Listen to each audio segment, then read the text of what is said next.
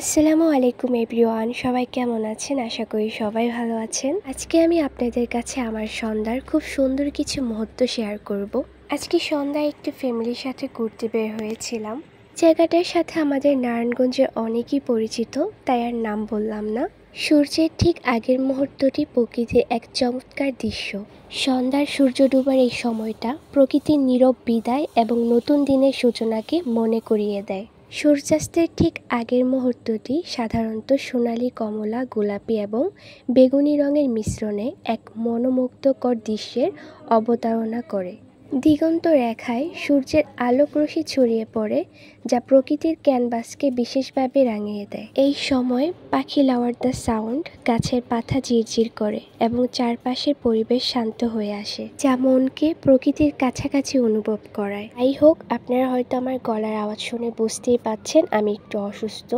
আমার প্রচুর পরিমাণে ঠান্ডা লেগেছে, তো এই জুসটা খাওয়ার পরেই ঠান্ডাটা অনেক বেশি বেড়ে গিয়েছিল। আর আমাদের নারায়ণগঞ্জে এরকম অনেক ফেমাস চায়ের দোকান আছে। সাবদিও একটা চায়ের দোকান আছে যারা আমাদের এলাকায় সবাই চিনে। আর এক কাপ চায়ে তারা অনেক পরিমাণের মালাই দেয়। অনেক দূর দূরান্ত থেকেও মানুষ যায় চা খাওয়ার জন্য। আর সাবদির মালাই চাটা আমাদের নারায়ণগঞ্জে প্রচুর পরিমাণে ফেমাস। যেহেতু সন্ধ্যাবেলা অনেকটা পথ হাঁটাহাঁটি করেছি, তাই আমি আর চা খাইনি। আমি আর আয়ান জুস নিয়েছিলাম, আর আমার মামা, মামি আর আমার ছোট বোনের জন্য চা নিয়েছিলাম। আর সবাই চায়ের জন্য অপেক্ষা করছিল, আর আমি এখানে চায়ের ভিডিও বানাচ্ছিলাম। ফাইনালি চাটা হয়ে গেছে। আর এই দোকানটা ছিল রাস্তার একটি পাশে, আর চারপাশে অনেক গাছগাছালিও ছিল, তাই খুব পরিমাণের বাতাস ছিল। আর এদিকে আমি আর আয়ান জুস খাচ্ছিলাম আর অনেক দুষ্টুমি করছিলাম। এই চায়ের দোকান থেকে এর আগেও একবার আমরা চা খেয়েছিলাম। এই দোকানের মালাই চাটা অসম্ভব রকমের মজা। আর আয়ান হচ্ছে আমার মামাতো ভাই। জুস খাচ্ছিলাম বলে ও আর চা খায়নি, ও আমার মতো জুসই নিয়েছিল। তারপর আমরা একটু হাঁটার পর দেখলাম এই আচারের দোকান। আর আপনারা তো জানেনই আমার আচার অনেক বেশি পছন্দ।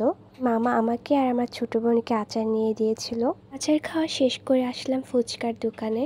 এই ফুচকার দোকানে ফুচকাগুলো অনেক মজা। আর আমরা ফুচকা খাইনি, আমরা সবাই চটপটি নিয়েছিলাম। শুধু আয়ানের জন্য নিয়েছিলাম ফুচকা, কারণ আয়ান চটপটি খায় না, আয়ান ফুচকা খায়। আর আমার চোখ গিয়েছিল শুধু এই বুট মরিচগুলোর দিকে। এত সুন্দর স্মেল আসছিল। আসলে এই মরিচগুলো আমার কাছে খাওয়ার চাইতো গ্রানগুলো খুব বেশি ভালো লাগে। আই ডোন্ট নো কার কাছে কেমন লাগে, আমার কাছে তো অনেক বেশি ভালো লাগে। আর ফুচকার দোকানে অনেক ভিড় ছিল। ফাইনালি আমাদের চটপটিটা এসেছে। আর এই চটপটিটা এত বেশি মজা, আমার খাওয়া বেস্ট একটা চটপটি ছিল এইটা।